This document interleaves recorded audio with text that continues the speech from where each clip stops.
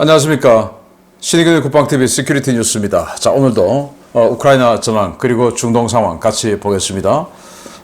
이스라엘과 하마 이들이 7일간의 아주 짧은 휴전을 마치고 다시 서로 간의 공격을 재개했습니다.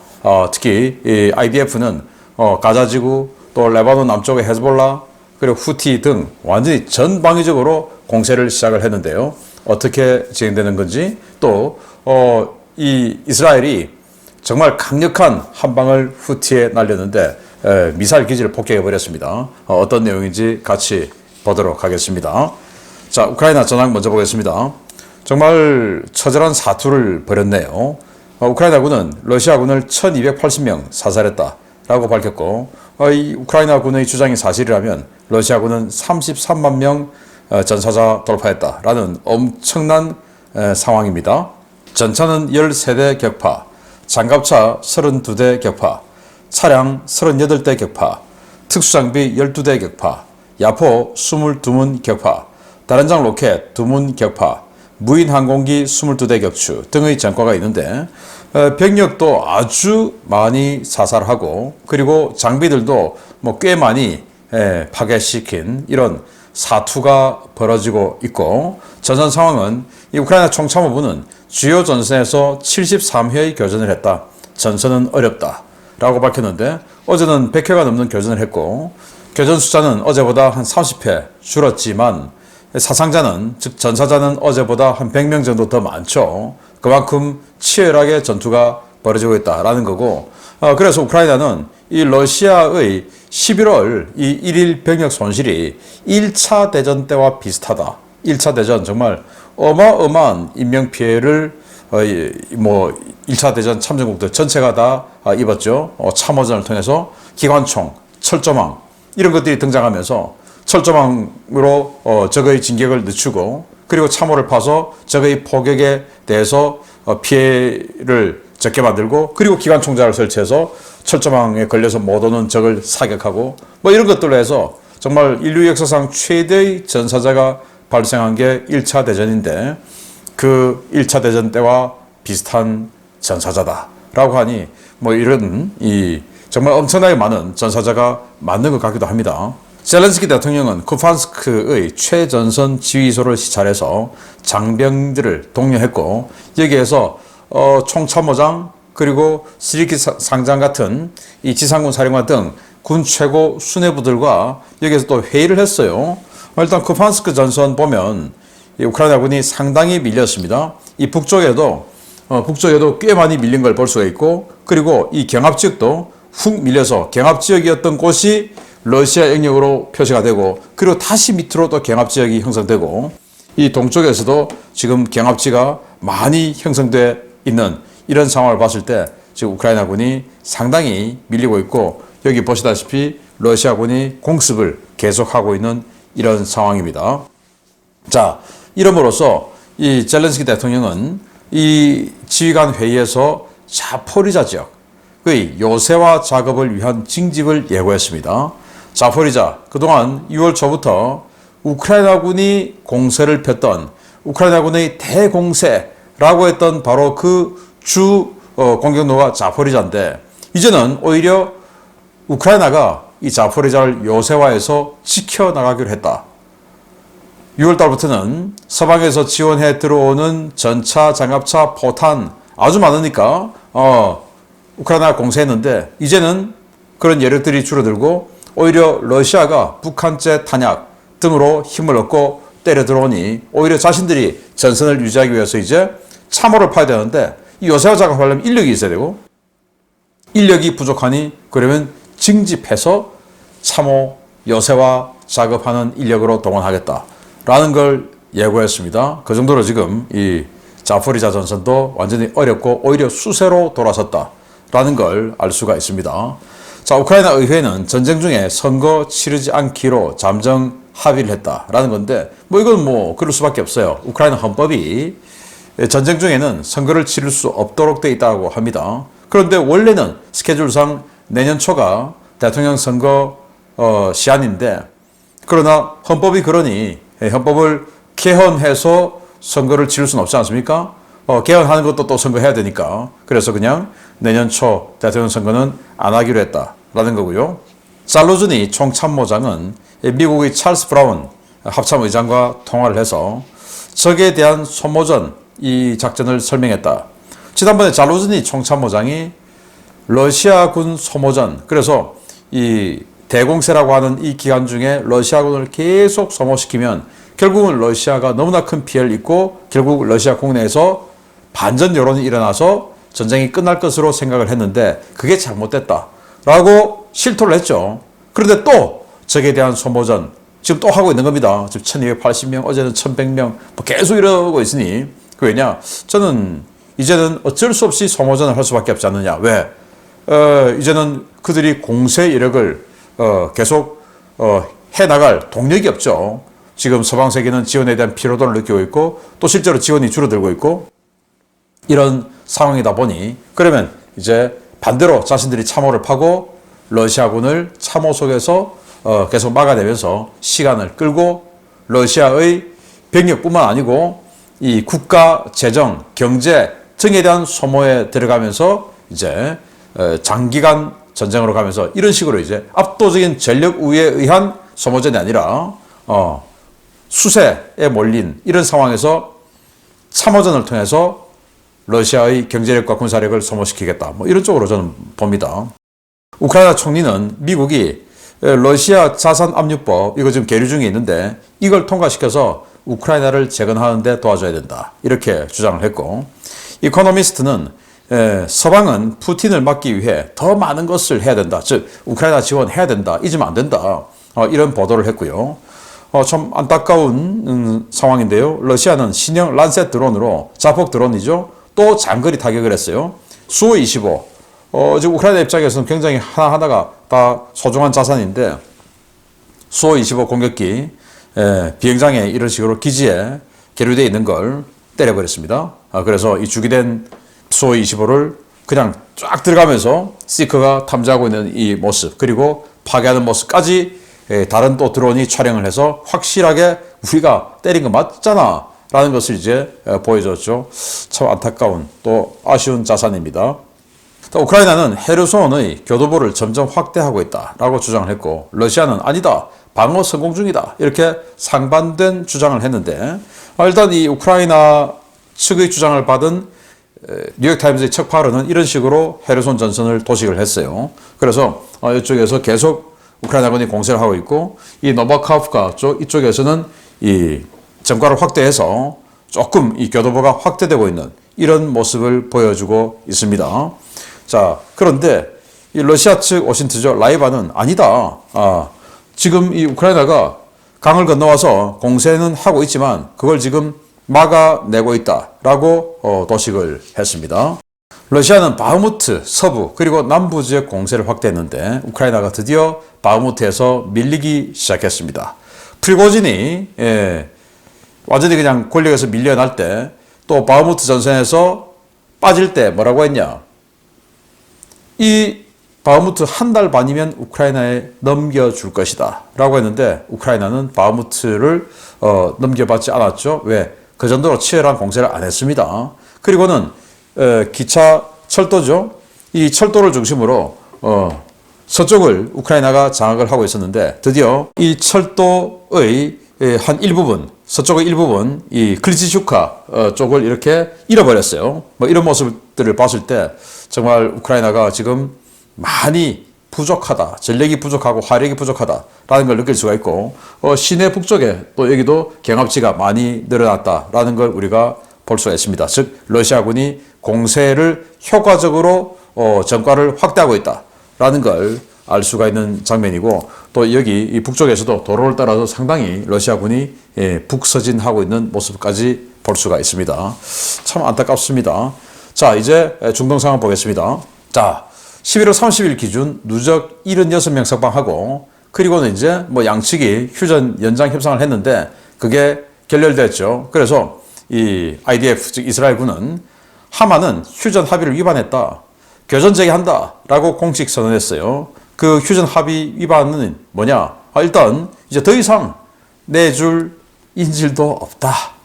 라는 겁니다. 그러니 원래 10명 내주고 그리고 30명 팔레스타인 돌려받기로 했는데 6명밖에 못 줬죠. 더 이상 이제 없는 겁니다. 그리고는 합의 이유만 뭐냐?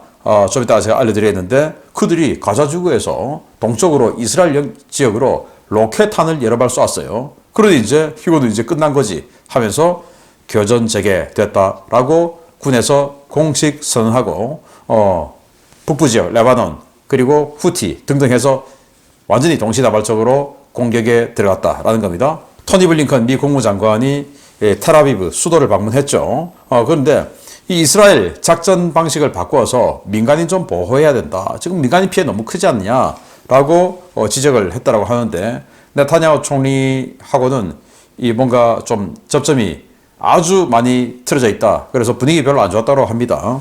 자, 이스라엘 국가안보부 장관은 예루살렘 사건의 사태 확산 우려가 있다. 이게 뭐냐? 예루살렘에서 이 이스라엘인이 이제 출근 시간이에요. 출근하려고 버스 정류장에 버스 기다리고 있는데 이 하마들이 승용차 딱 세우고 그냥 내려서 총을 난살해버렸죠. 그러면서 여기서 이제 이스라엘 시민이 5명이 죽었는데 이런 이 상황 때문에 오히려 사태가 확산돼서 이 서한지구에 대한 서한지구에도 지금 하마들이 있으니까 그들에 대한 강력한 공격, 서한지구까지 확대될 가능성이 있다라고 이야기를 했고요. 자, 이 하마는 11월 30일 야간에 스테롯과 네티봇 지역에 로켓 여러 발을 발사했습니다. 바로 이 지역인데요. 여기 이제 가자 북부 쪽에서 날아온 로켓탄이 이 지역, 도시 지역으로 떨어졌습니다. 이걸 이제 아이언돔이 전부 요격을 했다라고 하는데 이로 인해서 이제 완전히 이 IDF가 열받아서 이제 재개한다, 공격 재개한다라고 했다라고 하는 겁니다. 자, 하마의 그 가자지구 내에 있는 최고 수장이죠. 시누아르. 아주 뭐 인상 별로 안 좋게 생긴 바로 그 사람인데 이제 이 사람도 계속 휴전을 연장하려고 했는데 이제 더 이상 안 되는 거죠. 왜? 하부 조직들이 인질 내줄 말을 안 들으니까 이제 이 76명으로 끝난 거예요. 그러니 이제 다시 자기는 또 선명성을 보여줘야 되겠죠. 그래서 또 강력한 이야기를 합니다. 지난 10월 7일 바로 그 상황이 리허설에 불과했다는 걸 알아야 된다. 더 세게 우리 공격할 거다라고 지금 협박을 또 하고 완전히 또 안면 바꾸고 나왔습니다. 그러면서 또 알까삼 여단은 예하 부대에 내일 아침 교전 재개 준비하라 라고 지시를 해서 지금 이제 교전을 하고 있고요. 후티는 이스는 이 군사작전 재개하면 우리도 이스에 대한 공격을 재개할 것이다 라고 협박을 했고 레바논은 남북 국경 지역 교전이 격화되고 있습니다. 바로 헤즈볼라가 있는 지역이죠. 그래서 이스는 적 거점, 즉 헤즈볼라의 거점에 대한 공습을 강하게 하고 있습니다. 바로 이렇게 공습을 하고 있죠. 그리고 헤즈볼라들도 이스라엘 군 쪽으로 로켓탄을 날려서 아이언돔이 지금 요격을 하고 있는 이런 상황도 있습니다. 자, 이렇게 이제 북부 국경 지역에도 서로 간에 공방이 시작됐고요. 실향민들, 그러니까 가자지구 북부에서 남부로 내려온 이 실향민들이 아니 모든 구호품들을 특정 카르텔이 전부 독식한다 라고 비난하는 이런 글들을 여기저기 SNS 여기저기 올리고 있어요. 일단 텔레그램 하나 올려드릴게요. 일원화된 마피아 세력이 있고 모든 정부 조직이 이 범죄에 연루되어 있다. 휴전을 틈타 관련 기관들이 상인들의 가죽을 벗겨먹는 중이다. 또 다른 사람은 알라를 경외하는 자들이 도적질을 한다. 모든 사람들에게 돌아가야 할 것을 그들이 도적질에 독식한다. 지금 일어나는 일들은 불공평하다. 데이르 알발라 상인들은 마피아들이다. 마피아와 용병들이지. 뭐 이렇게 서로 완전히 그냥 비난을 하고 있는데 이 말이 뭐냐? 지금 구호품들이 들어오는데 그걸 그럼 나눠줘야 되는데 일부 권력층, 일부 권력을 가진 세력들 그리고 그들과 결탁한 상인들 이들이 그걸 나눠주지 않고 독식하고 상인에게 또 팔고 그 상인은 그걸 또 웃돈 받고 또 팔고 이래서 일반 시민들은 공짜로 받아야 할 구호품을 여러 단계의 마진이 갖춰진 채로 비싼 가격에 살 수밖에 없는 이런 상황이 되어 있다라는 겁니다. 정말 참 기가 차죠. 미 중부사령부는 모든 비행체가 이제 우리 항모 10회리 이내 접근 금지한다 이렇게 밝혔는데 이게 왜냐? 호르무즈 해협 통과할 때 아이젠하워 항모 전단에 그냥 비행체 다 앉았는데 이란군 드론이 그걸 다 촬영하면서 뭐 완전히 모독을 줬죠. 그런데 그에 대해서 이제 부끄럽고 불쾌하니 자 20페리 이내 비행체 접근 금지다 라는데, 아니 그날 찍은 영상 보니까 20페리가 아니고 그냥 뭐 거의 뭐 한 3, 4km 상공에서 줌으로 당겨서 찍은 영상 같아 보이던데 왜 가만 놨던지 모르겠습니다. 그 정도로 지금 미국이 그냥 말로만 센 척하고 있는 거 아닌가라는 안타까움이 있다 이겁니다. 아쉽죠. 자, 이제 주요 소식 보겠습니다. 미국의 계속되는 침묵에 그야말로 폭주하고 있는 예멘의 후티 반군에게 이스라엘이 칼을 빼들였다는 소식입니다.